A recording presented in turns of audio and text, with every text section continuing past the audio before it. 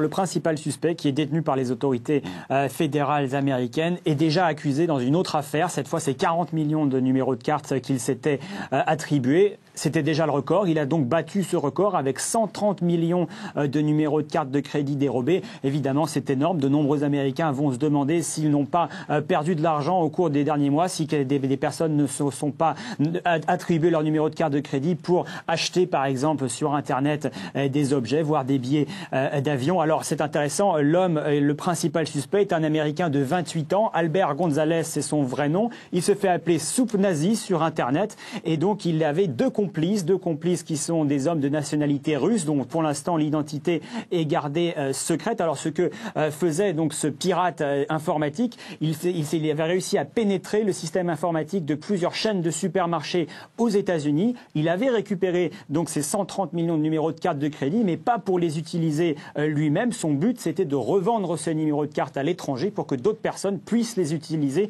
pour faire des transactions. C'est pour ça qu'on ne sait pas encore combien d'Américains sont touchés par ce cas de fraude massive. En tout cas, le grand perdant dans cette histoire, c'est donc cet Albert González, le principal suspect, qui pourrait passer entre 20 ans ou peut-être la prison à perpétuité donc pour cet Américain de 28 ans.